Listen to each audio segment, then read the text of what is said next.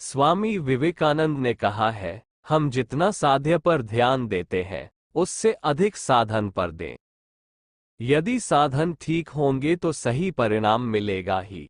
कारण से ही कार्य की उत्पत्ति होती है। कार्य अपने आप नहीं आ सकता। कारण जब तक उपयुक्त, ठीक और बलशाली न होगा तब तक ठीक परिणाम नहीं मिल सकता।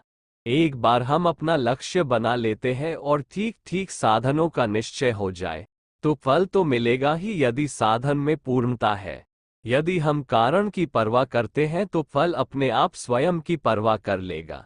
साधन ही कारण है, इसलिए उन पर ध्यान देना ही साध्य का रहस्य है। इसमें कोई संदेह नहीं कि साध्य कितना ही पवित्र, उत्कृष्ट, महान क्यों न हो, यदि उस तक पहुंचने का साधन गलत है, दोषयुक्त क्यों है, तो साध्य की उपलब्धि भी असंभव है। जिस तरह मिट्टी का तेल जलाकर वातावरण को सुगंधित नहीं बनाया जा सकता, उसी तरह दोषयुक्त साधनों के सहारे उच्चतम लक्ष्य को प्राप्त करना असंभव है। वातावरण की शुद्धि के लिए सुगंधित द्रव्य जलाने होंगे। उत्तम साध्य के लिए उत्तम साधनों का होना आवश्यक है, अनिवार्य है। ठीक इसी तरह उत्कृष्ट साध्य लक्ष्य का बोध न हो तो उत्तम साधन भी हानिकारक सिद्ध हो जाते हैं। आज हमारी सबसे बड़ी भूल ये है कि हम साध्य तो उत्तम चुन लेते हैं, महान लक्ष्य भी निर्धारित कर लेते हैं, लेकिन उसके अनुकूल साधनों पर ध्यान नहीं देते।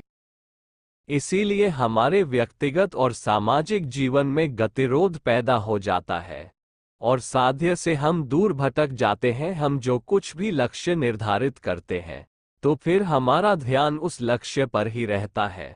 उसे कैसे जैसे भी प्राप्त कर लिया जाए, यही हमारी साधना होती है। और कई बार भ्रम में भटक कर हम गलत साधनों का उपयोग कर बैठते हैं।